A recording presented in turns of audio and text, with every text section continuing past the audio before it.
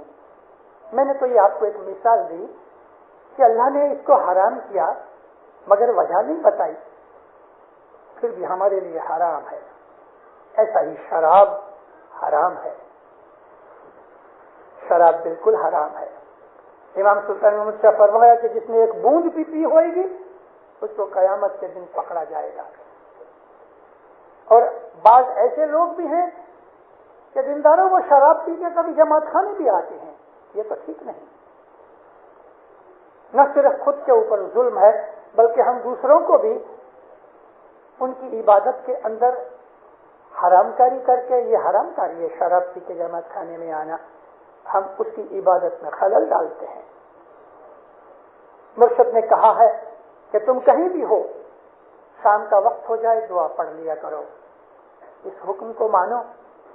مرشد نے فرمایا اپنی کمائی میں سے اس کا گورنمنٹ کا حق ادا کرنے کے بعد اور کمائی کو کمانے کے لیے کوئی خرچ آیا ہے، جیسا کہ گاڑی کا پیٹرول ہے ٹیکسی والوں کے لیے یا بزنس مین کے لیے دکان کا کرایہ ہے، بتی پانی وغیرہ نوکر ہیں، یہ سب ٹیکسز خرچ نکال کے آپ کے ہاتھ میں جو بچتا ہے اس کے اندر سے 12.5% 8واں حصہ مولا کے قدموں میں رکھ دو. حقیقت یہ ہے کہ جب ہم نے حضرت امام کی بیعت کی تو ہم نے مولا کو تن من دھن سب کچھ دے دیا. ہمارا تن بھی مولا کا ہے، ہمارا من خیالات وہ بھی مولا کے ہیں، اور ہماری جو کمائی اور دھن ہے وہ بھی مولا کا ہے. مگر مولا رحم کر کے اس میں سے $8 میں سے $1 رکھ کے تم کو کہتا تھا 7 میں تمہیں بخشش دیتا ہوں. یہ نہیں سمجھو کہ تم مولا کو $1 دیتے ہو، نہ، جو $8 کمائے ہیں وہ سب مولا کے ہیں.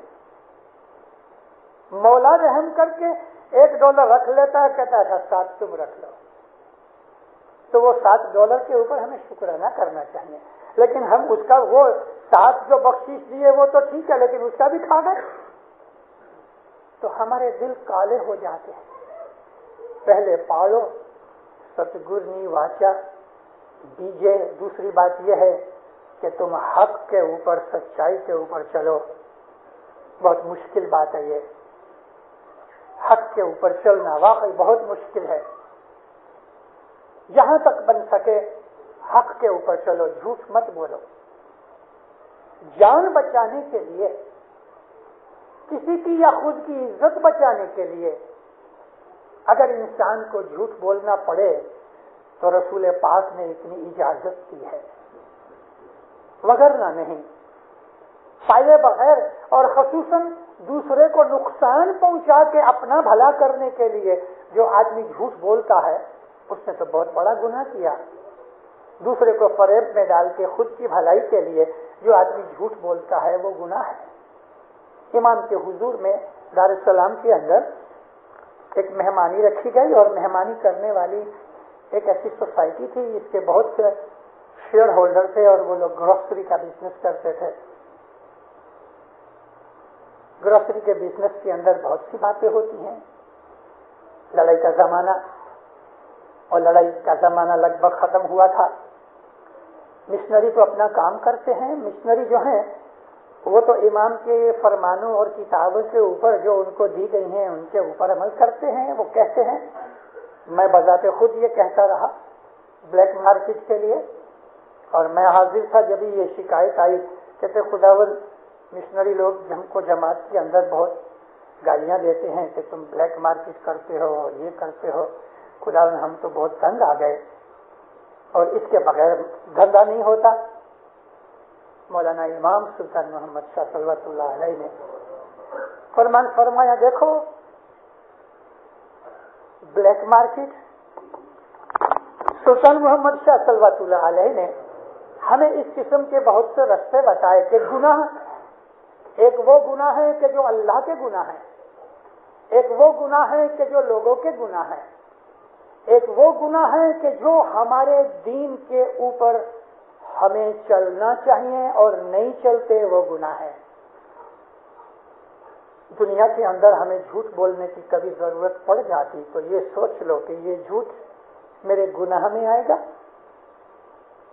میں نے آپ کو عرض کی کہ کبھی جان بچانے کے لیے، آبرو بچانے کے لیے ہمیں کبھی جھوٹ بولنا پڑے تو رسول پاک نے اجازت دی ہے، وگرنہ نہیں. ابراہیم علیہ السلام، میں آپ کو قرآن میں سے ایک چیز بتاؤں. بعض دفعہ جو جھوٹ ہوتا ہے وہ سچ بھی نہیں ہوتا، جھوٹ بھی نہیں ہوتا. ابراہیم علیہ السلام اپنی بیوی سارا کو لے کے تو ایجپٹ میں آ رہے تھے. فرعون کا زمانہ تھا. فرعون 24 فرعون ہوئے. موسیٰ علیہ السلام کے زمانے میں جو فرعون تھا وہ اور تھا، اور بدماشوں کی حکومت تھی. بی بی سارا نہایت خوبصورت تھی. جب بارڈر کے اوپر پہنچے تو حضرت ابراہیم اپنی بیوی سارا کو کہتے ہیں کہ دیکھ میں یہاں تیرے کو بہن ڈکلیئر کروں گا. تو بگڑ گئی، اور حقیقت میں بہن ہوتی بھی تھی، پھوپھی کی لڑکی تھی. ابراہیم علیہ السلام کی پھوپھی کی لڑکی سارا تھی جن سے آپ نے شادی کی تھی. تو بہن یوں ہوتی تھی، مگر جب آپ نے کہا کہ تیرے کو یہاں بہن ڈکلیئر کروں گا تو بی بی سارا بہت بگڑی. شرم نہیں آتی، مجھ کو بہن بول رہے ہو؟ کہ بھی دیکھ تو ٹھہر، تو سمجھتی نہیں. میں کبھی ادھر کہہ دیا کہ تم میری بیوی ہے تو میرے کو جیل میں ڈال دیں گے، تیرے کو گھر لے جائیں گے. ابھی تیرے کو کیا چاہیے؟ تو چپ ہو گئی. یہ قرآن پاک میں سے آپ کو میں داخلہ دے رہا ہوں. تو حضرت ابراہیم علیہ السلام نے جب ادھر پہنچے تو وہ کسٹم آفیسر بدماش تھا. ان کی خوبصورتی دیکھ کے پوچھا کون ہے یہ؟ کہتا میری بہن ہے. کہاں رہتی ہو؟ فلانی فلانی جگہ. ایڈریس وغیرہ دیا.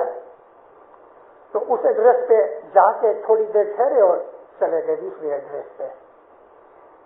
حضور نے جھوٹ بولا.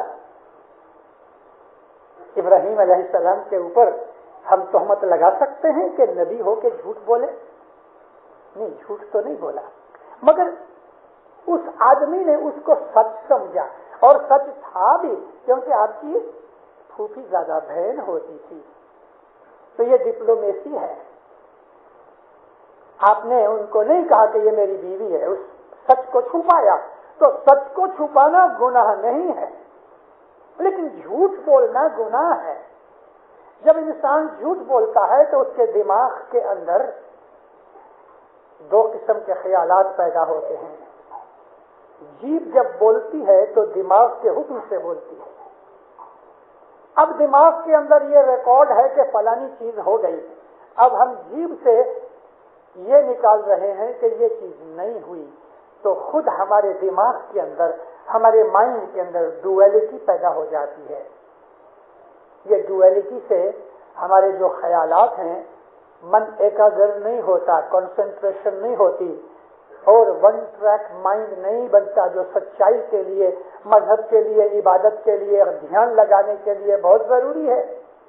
ڈویلٹی پیدا ہوتی ہے، اور یہ جو ڈویلٹی ہے وہ ہم کو مینٹل کنڈیشنز پیدا کر دیتی ہے. بہت سی اس کے اندر بیماریاں پیدا ہوتی ہیں. بعض ایسی مینٹل بیماریاں ہیں کہ پتہ نہیں لگتا، مگر انسان کو مینٹل تکلیف ہوتی ہے. جھوٹ اس کے اندر ایک وجہ ہے، ایک ریزن ہے. اس کے لیے ہم کو ہر ایک دنیا کے مذہب نے کہا جھوٹ مت بولو، لیکن سچ کو چھپانا گناہ نہیں. تو پھر فرماتے ہیں دوسری بات یہ ہے کہ تم حق کے اوپر چلو، اور حق سے مطلب سچائی بھی، اور حق سے مطلب ایمان بھی. ایمان بھی حق ہے. بیجے چالو حق پہ سچا. تمہارا ایمان ہے وہ حق ہے، تمہارا مذہب ہے وہ حق ہے، اس کے اوپر سچائی سے چلو. اور پھر فرمایا کہ جو تیسری بات جو یہ ہے کہ تم اس کا ایسنس، تتو کہتے ہیں ایسنس کو، اس کا ایسنس پاؤ. اگر تم نے گرو مرشد کا حکم مانا، اگر تم سچائی پہ، اپنے ایمان پہ قائم رہے، تو تم کو اس کے اندر مذہب کا بھید ملے گا، تتو ملے گا. ہے جی چوتھے پوتی تے کل جگنی سند پانچ میں، پنج بھو راکھو نے وش چھٹے، سکریت واورو ویرا بھائی واورو.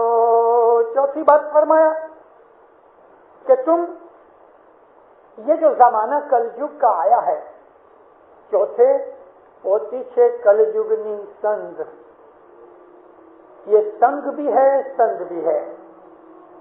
سنگ کا مطلب میٹنگ، اسمبلی بھی ہوتا ہے، اور سنگ قیامت کو بھی کہتے ہیں، ججمنٹ کو بھی کہتے ہیں.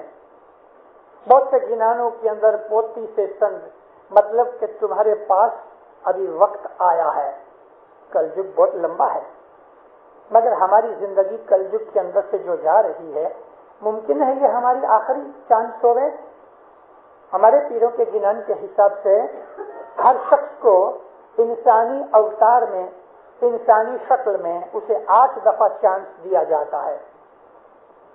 کوئی ایسے بہت زبردست روحانی لوگ ہوتے ہیں کہ پہلے ہی ایگزامینیشن میں پاس ہو کے چلے جاتے ہیں. کوئی دوسرے تیسرے چوتھے اوتار میں یعنی چانسز لیتے ہیں. کوئی ایسے بھی ہیں کہ ان کو 8 چانس ملنے کے باوجود بھی پھر بھی وہ پاس نہیں ہوتے، تو اس کو ڈسکارڈ کیا جاتا ہے، نکال دیا جاتا ہے. اس کو ہمارے گنانوں کے اندر 3 گروپ میں رکھا. 3 گروپ اس طرح سے ہوئے.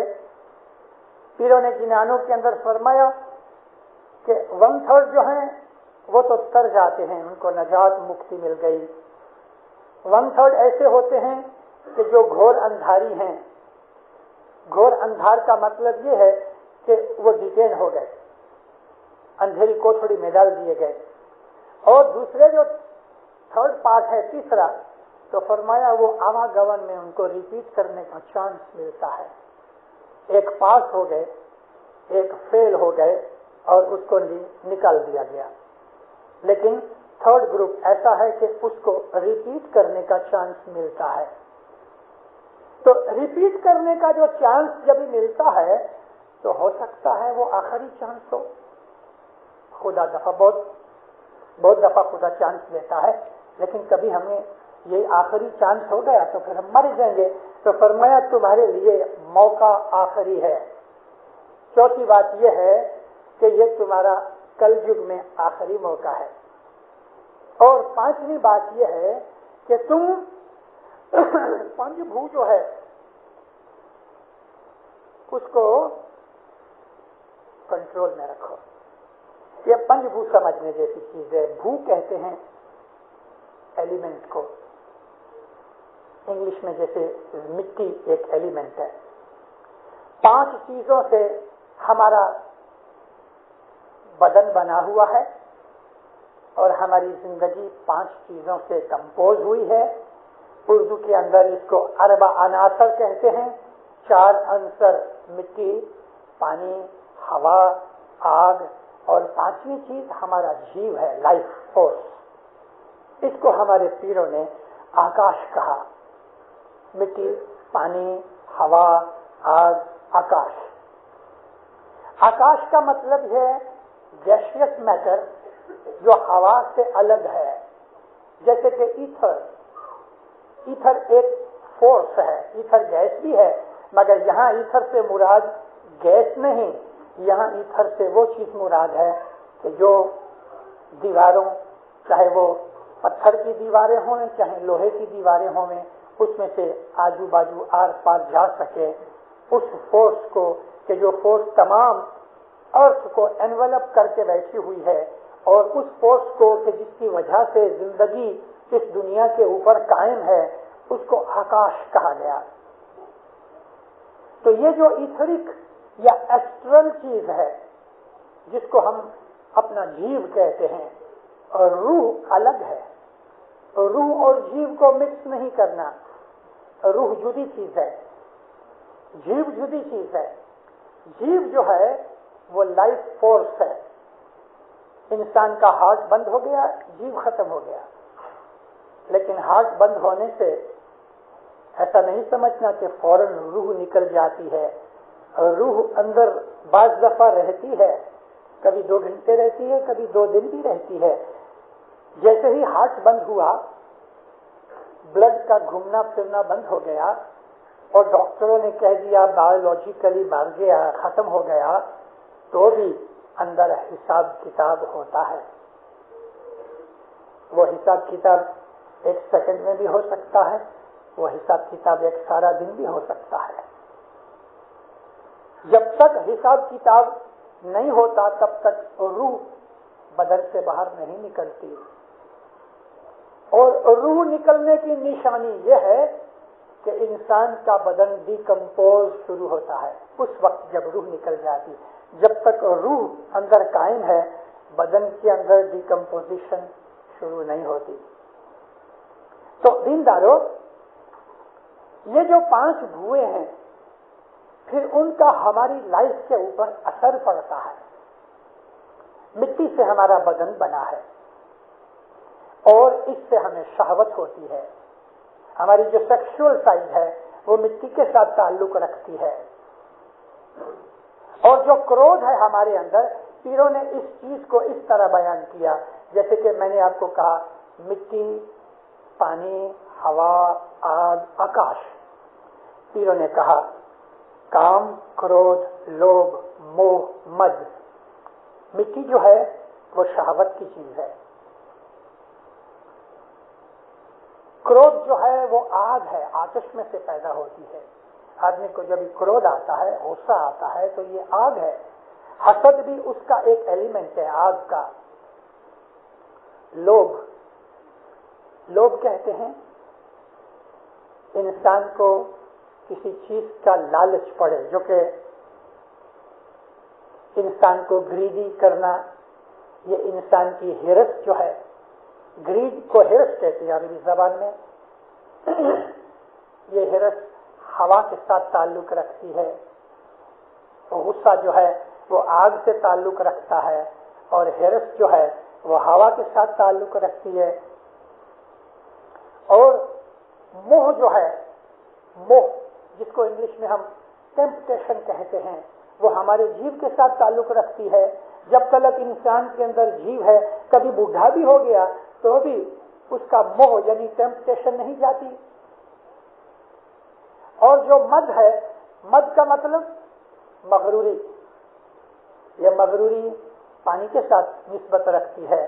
جس طرح پانی اونچا نیچا ہوتا ہے، چڑھتا ہے، ڈبو دیتا ہے، برباد کر دیتا ہے، رکھتا بھی ہے، پانی کی ایک فورس ہے۔ اسی طرح سے جو تکبر ہے وہ بھی ایک فورس ہے۔ انسان کو جب پانی چڑھ جاتا ہے تو انسان سب کچھ بھول جاتا ہے۔ تو مٹی، پانی، ہوا، آگ اور ہمارا جو جیو ہے، یہ 5 بھوئیں، کام، کرودھ، لوبھ، موہ، مد۔ ان چیزوں کو برباد کرنے کی بات ہمیں کہیں نہیں کہی۔ ان چیزوں کو مار ڈالو، برباد کر ڈالو، مٹا ڈالو، یہ نہیں کہا۔ ان کو وش کرو، کنٹرول میں رکھو۔ اگر انسان کے اندر غصہ نہیں ہوگا تو اس کے اندر طاقت نہیں ہوگی۔ طاقت والا آدمی غصہ ہوتا ہے۔ اسی طرح سے اگر ہمارے اندر لالچ نہیں ہوگا تو ہم عبادت بھی نہیں کریں گے۔ عبادت کا لالچ بہت اچھا، یہ تمام چیزوں کی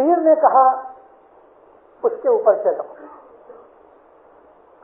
اس نے پیروں نے کوئی دوسرا ذکر نہیں کیا. ابھی آپ کو بادام سستے ملتے ہیں تو آپ نے ڈال دیے, لیکن دار السلام کے اندر 1800 شلنگ ہیں کلو کے, تو وہ پہلے ڈالتے تھے, ابھی بھول گئے. تو اب میں ان کو کہتا ہوں کیوں بادام کدھر گئے ابھی. کھیر کھنڈ گرت امرت بھوجن, دودھ ہے سفید ہے پاک ہے, اس میں کوئی بھی چیز ڈالو گے فوراً نظر آ جائے گی, اور دودھ جو ہے وہ کوئی بھی فورن میٹر کو ٹالریٹ نہیں کرتا. دودھ کے اندر کوئی بھی خراب چیز پڑ جائے گی بگڑ جائے گا. تو مومن جو ہے وہ دودھ کی طرح پیور ہے, وہ کوئی بھی برائی برداشت نہیں کر سکتا.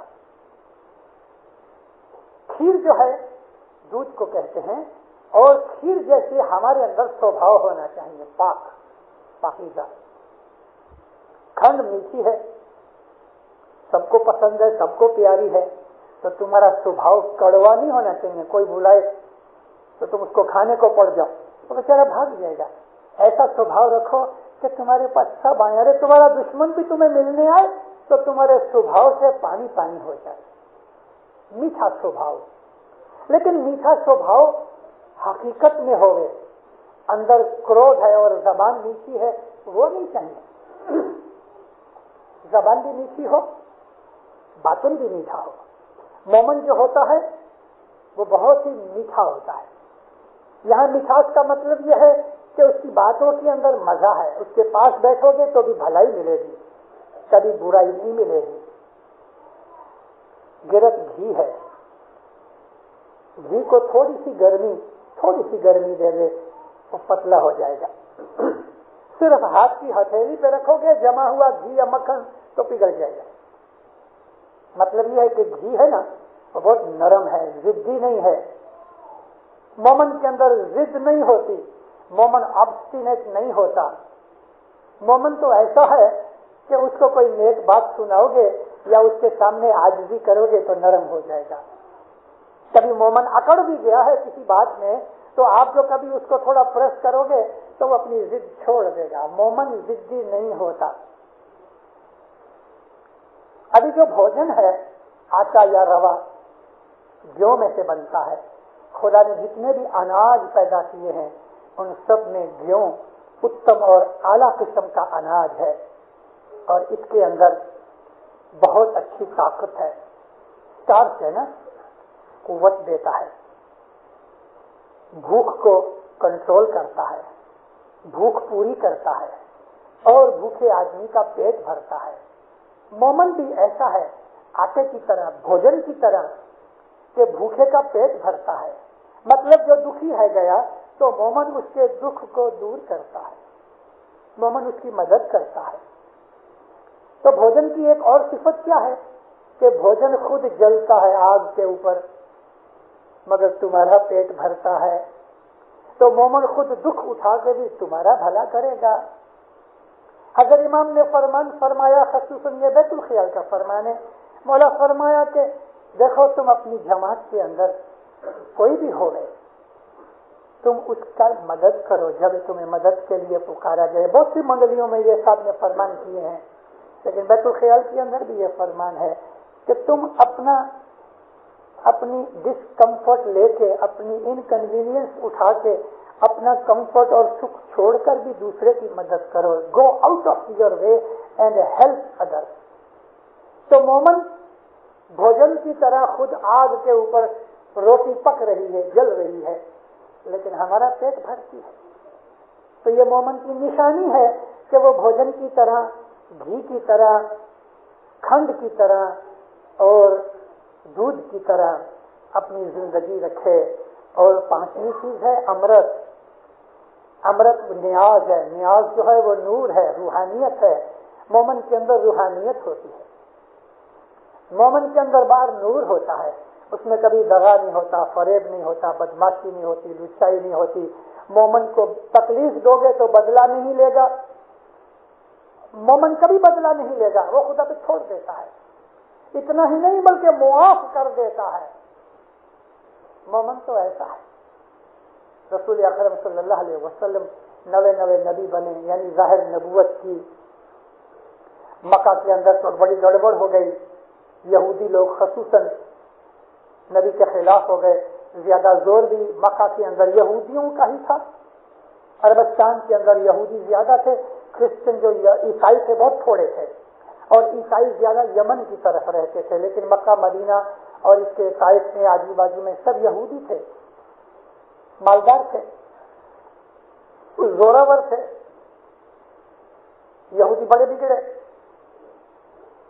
تو ایک دن رسول اکرم مکہ کی کسی گلی میں سے نکلے تو بائی چانس ایک بوڑھی عورت تھی یہودن، اس نے اپنے گھر میں جھاڑو دیا اور جتنا کوڑا کرکٹ تھا وہ کسی کاغذ وغیرہ یا کوئی چیز کے اندر ٹوکری میں لے کے نیچے پھینکنے آئی اور دیکھا کہ محمد چلا آتا ہے، ٹھہر گئی۔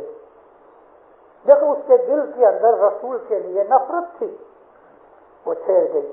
جب نبی صاحب اس کی کھڑکی کے نیچے سے نکلنے لگے، اوپر سے وہ کوڑا کچرا پھینک دیا، رسول اکرم کے سر مبارک پہ، پگڑی پہ، کندھوں پہ، کپڑوں کے اوپر پڑ گیا، لیکن نبی صاحب نے اوپر دیکھا نہیں، ٹھہرے بھی نہیں، کسی طرح سے نکل گئے۔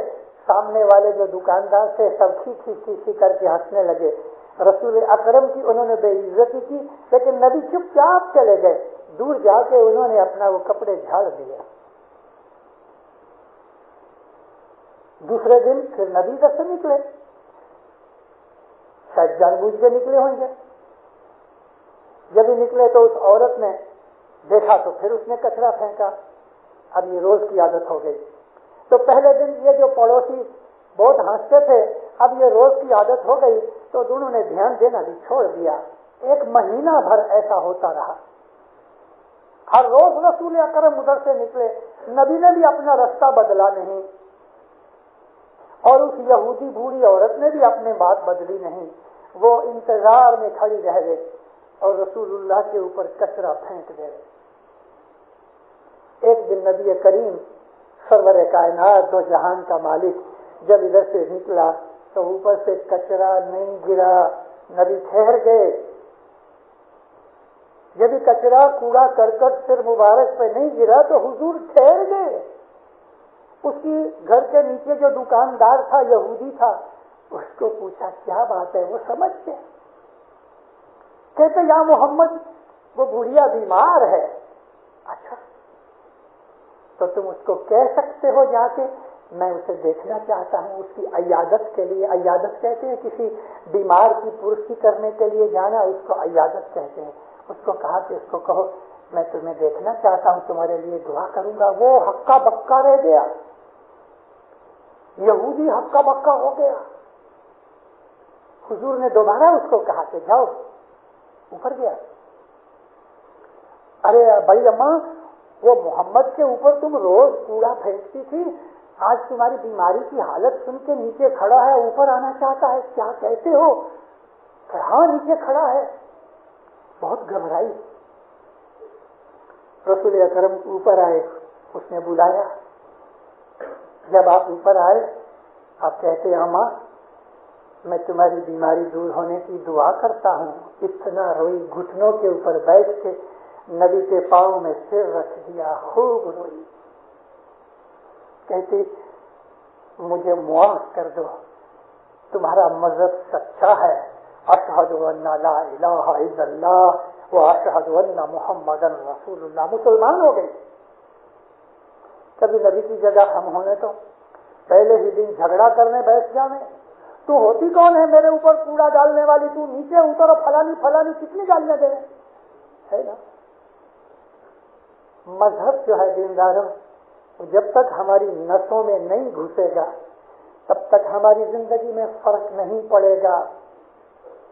ہماری نسوں کے اندر مذہب کو گھسا دو، ہم اس چیز کو، مذہب کو پی کے ہضم کریں تو ہمارے اندر سے بدیاں نکلتی جاتی ہیں۔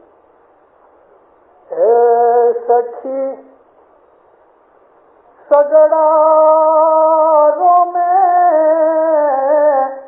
روم کے لاگا جب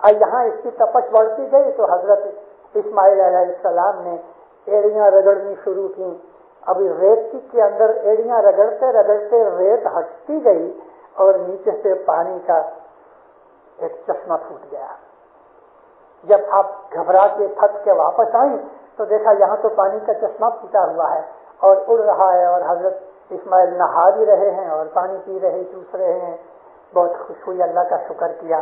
یہ وہ چشمہ ہے جس کو آب زمزم کہتے ہیں. اس کے اوپر کوئی کنواں بنایا گیا. حج کے موقع کے اوپر رسول اکرم اور رسول اکرم کا خاندان جو اہل بیت تھے وہ خود پانی پلایا کرتے تھے. تو زمزم کا پانی ہمارے مسلمان بھائیوں کے اندر ہے. کرسچن لوگ جب جاتے ہیں نا پیلسٹائن میں, آج جو اسرائیل ہے یہ سب پیلسٹائن کا علاقہ ہے, فلسطین. اس کے اندر ریور جارڈن ہے. ریور جارڈن کے اندر عیسیٰ نبی کو اتارا گیا کمر تک, اور جان دی بیپٹسٹ حضرت یحییٰ نے ان کو یہ پانی کا چھانٹا دیا. دنیا بھر کے جتنے بھی کرسچن اور یہودی ہیں وہ جارڈن ریور کے پانی کو پاک سمجھتے ہیں, جیسے ہندو گنگا اور جمنا کو پاک سمجھتے ہیں. ہم اسماعیلیوں نے دنیا کی ان کسی دریا یا چشمے کو بڑائی نہ دی. ہم تو امام کے ہاتھ کا پانی لیتے ہیں, جیسے رسول اکرم انگلیاں ڈال دیتے تھے اور نیاز بناتے تھے. آج مولانا حاضر امام ہم کو پانی کی طرف دیکھ کے دعا پڑھ کے ہم کو عطا کرتا ہے. یہ پاول سار ہے. لیکن پاول کا لفظ پاول اس کا مطلب ہے پیور. اس کا ترجمہ ہے آب صفا, صاف کرنے والا پانی. مولانا علی شاہ محبوب صلی اللہ علیہ فرمایا, نیاز جب تم پیو تو یہ سمجھ کے پیو کہ اس کے پینے سے میرا دل صاف ہوئے گا. مولا علی شاہ فرمایا کہ ایک ہاتھ میں کوئلہ رکھو, دوسرے ہاتھ میں نیاز رکھو, اور تم چاہو تو نیاز کی برکت سے یہ کوئلہ سفید ہو جائے. اس طرح تمہارا کالا دل سفید ہو جائے. مشنریوں کی ایک مہمانی نے ہمارے یہ بھلوانی بھنڈور کے رائٹر ہے نا مشنری جعفر علی عبدی, انہوں نے ایک دفعہ مولا کو کہا, خداوند بہت سے لوگ جماعت خانے کے اندر جب نیاز پیتے ہیں تو پیالی ہاتھ میں لے کے بڑی دیر تک کھڑے رہتے ہیں اور کئی دعائیں مانگتے رہتے ہیں, پیچھے والے رکے رہتے ہیں, اور بڑی جماعت میں تو بہت ٹائم لگ جائے.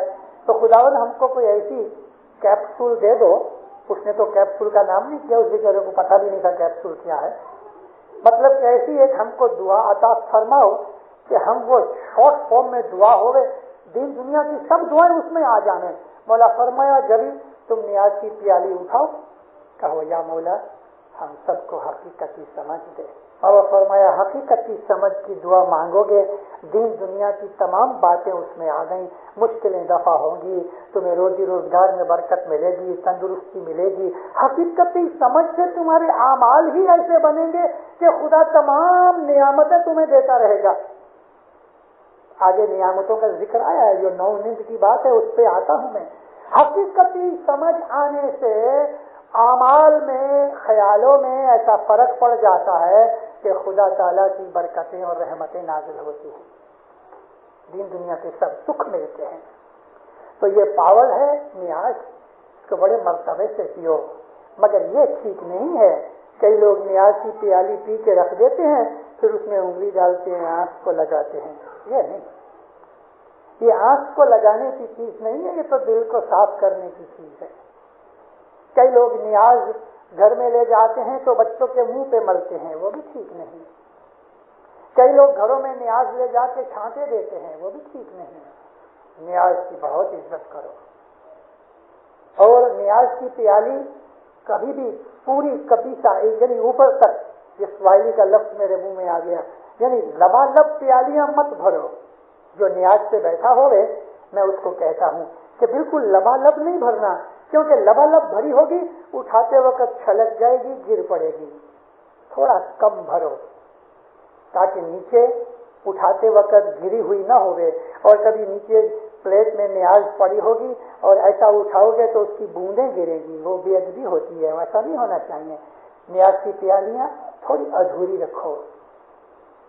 نیاز اٹھاؤ سیدھے ہاتھ سے, پھر دائیں ہاتھ میں سے بائیں ہاتھ میں لے کے دائیں ہاتھ کی ہتھیلی کے اوپر نیاز رکھو اور اپنا لیفٹ ہینڈ رائٹ ہینڈ کے نیچے رکھ کے ادب سے مولا کو حاضر ناظر سمجھ کے یا مولا مجھ کو حقیقتی سمجھ دے، اس طرح نیاز پیو. نیاز بہت ہی ادب سے پیو. اور جو نیاز نکالنے والے ہیں ان کو میری یہ ایک تلقین ہے پیروں کے حساب سے کہ بعض جگہ ایسا ہوتا ہے کہ 8 پیالیاں پڑی ہوتی ہیں 4 2 پلیٹوں کے اندر. کئی جگہ دیکھا، ادھر مجھے ابھی تک میں نے دھیان نہیں کیا. تو 4 پیالیاں ہیں تو 4 بھرو، 8 ہیں تو 8 بھرو، 12 ہیں تو 12 بھرو. ایسا نہیں ہے کہ تھوڑی پیالیاں بھر دو اور باقی کی خالی رکھ کے دعا پوری کرو، نہیں ہونا چاہیے. برابر جتنی پیالیاں پڑی ہیں سب کی سب بھرو اور سکریت کے اندر بھی نیاز ڈالو. جب ہی گھٹ 5 کی قائم کرنے کی دعا آوے تو اس وقت بھی دیکھو کہ کوئی پیالی خالی نہیں ہونی چاہیے. بھرنے کے بعد دعا مانگو، پھر اس کو خالی کر کے پی کے اور اٹھاپن کی دعا ہوتی ہے قائم کرنے کی. تو اس طرح سے نیاز کا جو ادب ہے بہت ضروری ہے. ابھی 8ویں چیز یہ ہے کہ ہوا اچھے ادھیکار. کہے کا ادھیکار یعنی تم کو اس بات کی اتھارٹی ملی یا تم کو اجازت ملی، تم کو حق ملا. کہے کا حق ملا؟ نیاز پینے کا. جو آدمی اسماعیلی نہیں ہے اس کو نیاز پینے کا حق نہیں ہے. نان اسماعیلی کو ہم نیاز نہیں دے سکتے. اور اللہ میرا نیاز ہر روز پیو. کبھی گھروں میں بیٹھے اور صبح جماعت خانے نہیں آ سکتے، صبح تو ہر روز نیاز جماعت خانے میں ہونے کا حکم ہے مولا کا. لیکن جو لوگ صبح جماعت خانے نہیں آتے، صبح اٹھو، برش کرو، نیاز پیو، پھر کوئی اور چیز کھاؤ. اور اپنی فیملی کو، اپنے بچوں کو یہ عادت ڈالو، کچھ بھی کھانے پینے سے پہلے صبح اٹھ کے پہلے نیاز کیے، پہلے دعا پڑھے، دعا کے بعد نیاز کیے، پھر ناشتہ کرے، چائے پیے، کچھ بھی. تو یہ ادھیکار، یہ جو پاور، یہ جو نیاز تم کو امام نے اس حقیقتی گروپ کے اندر جماعت میں آنے کا جو ہمیں حق ملا، تو ہم کو خداوند عالمین کی طرف سے یہ ادھیکار ملا کہ تم کو نیاز آب صفا دیا جائے. 9 چیزیں، 9ویں چیز تم کو خدا تعالیٰ نعمتیں دے گا. رسول پاک فرمایا خدا کی سب سے بڑی نعمت ایمان ہے. 9 نعمتیں دنیا کے اندر خدا نے انسان کے لیے بنائی ہیں، لیکن پھر حسن کبیر نے فرمایا کہ 9 کی 9 نعمتیں کبھی کسی کو ملی نہیں. ارے نبیوں کو بھی نہیں ملی. 9 کی 9 نعمتیں کسی کو بہت خوش نصیب ہوا 8 تک ملی ہیں، مگر مولا کا بھی راضی ہو گیا تو 9 کی 9 دے گا. کسی کو 1 نعمت ملتی، کسی کو 2 ملتی، کسی کو 3 ملتی، کسی کو 5 ملتی. 9 کی 9 نعمتیں خدا نے کسی کو نہیں دی. مگر پیر کہتا ہے کہ کبھی مولا راضی ہو گیا تو جترو تھے 9 نند پانو، تو جو راضی ہو جائے تو 9 کی 9 ملے مجھے. پہلی سب سے اعلیٰ درجے کی نعمت ہمارا ایمان ہے. یا مولا تو میرا مالک ہے، میں اسماعیلی ہوں، مولا میرا امام ہے، میرا خدا ہے. یہ کچھ ایمان نہیں، یہ تو ایمان کی ڈکلیریشن ہے. اوپر کی جو باتیں آئی، نیک اعمال ہو، دسون برابر ہو، من میں روشنی ہوئے، حق کے اوپر چلیں اور اس کی فرمان برداری کریں، تب جا کے ہم کو 9 نعمتیں ملیں اور ایمان ہمارا کامل ہوئے. تو ایمان سب سے پہلی نعمت ہے. ابھی اس کے اندر کون سی نعمت ایک دوسرے کے اوپر زیادہ پریفر کی جاتی ہے، میں اس کا حساب آپ کے سامنے نہیں کر رہا، میں تو آپ کو لسٹ بتاتا ہوں. دوسری نعمت ہے انسان کی تندرستی. کروڑوں اربوں آپ کے پاس ڈالر ہوئے، تندرستی اگر اچھی نہیں تو وہ ڈالروں سے خوشی نہیں ملتی. دوسری نعمت خدا تعالیٰ کی جو ہے وہ اچھی تندرستی اور صحت ہے. ہر وقت ہر عمر کے اندر خدا اس کو کمپیریٹیولی ہیلدی رکھے تو خدا تعالیٰ کا بہت بڑا شکرانہ.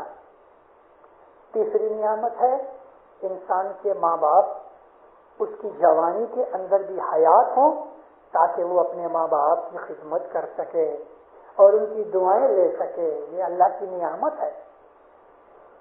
بعض ایسے لوگ ہوتے ہیں کہ بیچارہ 2 برس کا ہے، باپ مر گیا، یتیم ہو گیا۔ بعض ایسے ہیں کہ پیدا ہوئے اور ماں مر گئی اور وہ نبی ماں لے آیا، مار کوٹ کے اس نے اس کو بڑا کیا۔ اس آدمی کو پتا نہیں کہ ماں کا پیار کیا ہے۔ تو خدا تعالیٰ کی نعمتوں میں ایک یہ نعمت ہے کہ آدمی جوان ہو جائے اور اس کے ماں باپ حیات ہوں تو اس کو خود کے جب بچے ہوتے ہیں تب اس کو پتہ چلتا ہے کہ ماں باپ کا پیار کیا ہے، تو وہ اپنے ماں باپ کی عزت اور ان کی خدمت کرتا ہے۔ یہ اللہ کی نعمت ہے کہ ماں باپ کا سایہ تمہارے پر ہوئے۔ چوتھی نعمت خدا تعالیٰ نے نیک بیوی دی ہے یا بیوی کو نیک شوہر دیا ہے۔ بعض ایسا بھی